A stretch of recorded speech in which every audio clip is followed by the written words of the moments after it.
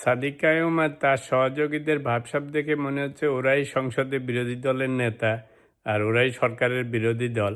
সব কিছুতে ওরাই সবার আগে ঝাঁপায় পড়ে। এনসিপি জামায়াতের থেকেও ওরা এক কাঠি বাড়া সরকারের সমালোচনায়, তারেক রহমানের সমালোচনায়, বিএনপির সমালোচনায়।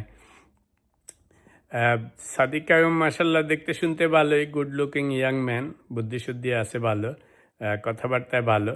কিন্তু যদি সব কিছুতে নাক গলায়, সব কিছুতে উল্টাপুল্টা কথা বলে, বেশি এরকম শুরু করে, তাহলে ওই যে বাংলাদেশে বলে না, যারা বেশি কথা বলে এগুলিকে ফাজিল বলে।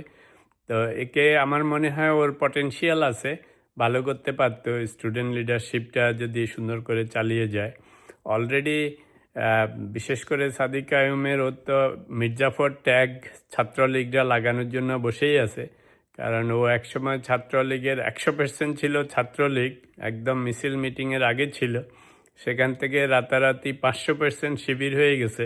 তো এটা তো মির্জাফরদের মতো কাজ হয়েছে।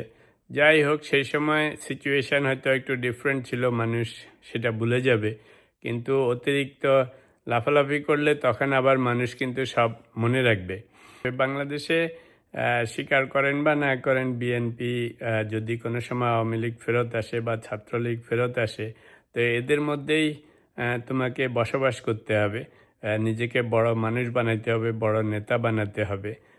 এখন ঢাকা ইউনিভার্সিটির নেতা ওখানে সীমাবদ্ধ থাকো। যদি ন্যাশনাল ক্রাইসিস হয়, সত্যি সত্যি স্টুডেন্টদের দরকার হয়, তখন ন্যাশনালি কথাবার্তা বলবে।